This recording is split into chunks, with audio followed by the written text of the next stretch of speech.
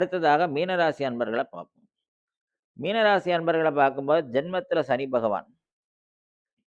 10க்குடைய உத்தியோகஸ்தானாதிபதியான குரு பகவான் வந்து 5ல போய் உட்கார்றாரு. அப்படிங்கிறப்போ என்ன ஆகும் அப்படின்னா, உத்தியோகத்தில் உயர்வு.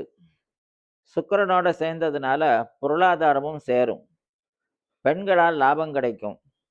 அதே மாரி களத்திர பாவம் அதாவது நம்ம மனைவி வழி சம்பந்தார் அவங்களுடைய குடும்பத்தினால இவங்களுக்கு ஒரு அனுகூலம் கிடைக்கும்.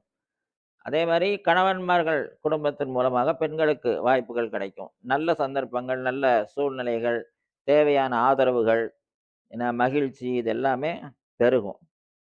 இந்த லக்னத்தில இந்த ஜென்மத்திலேயே சனி பகவான் மீனத்தில உட்கார்ந்துக்கிறதுனால என்னன்னா, எல்லாமே உங்களுக்கு கிடைக்கும்.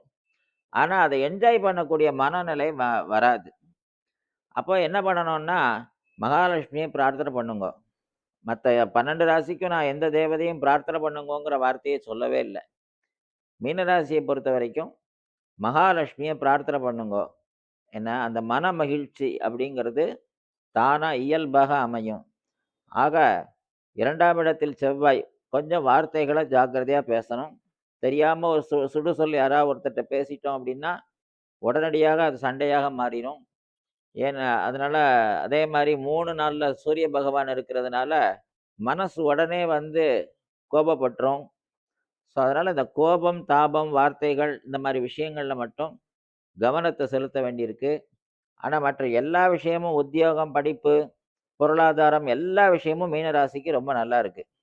அதனால இந்த ஜூன் மாசம் மீனராசி அன்பர்களுக்கு சிறு சிறு பிரச்சனைகள் இருந்தா கூட நல்லதாகவே உள்ளது.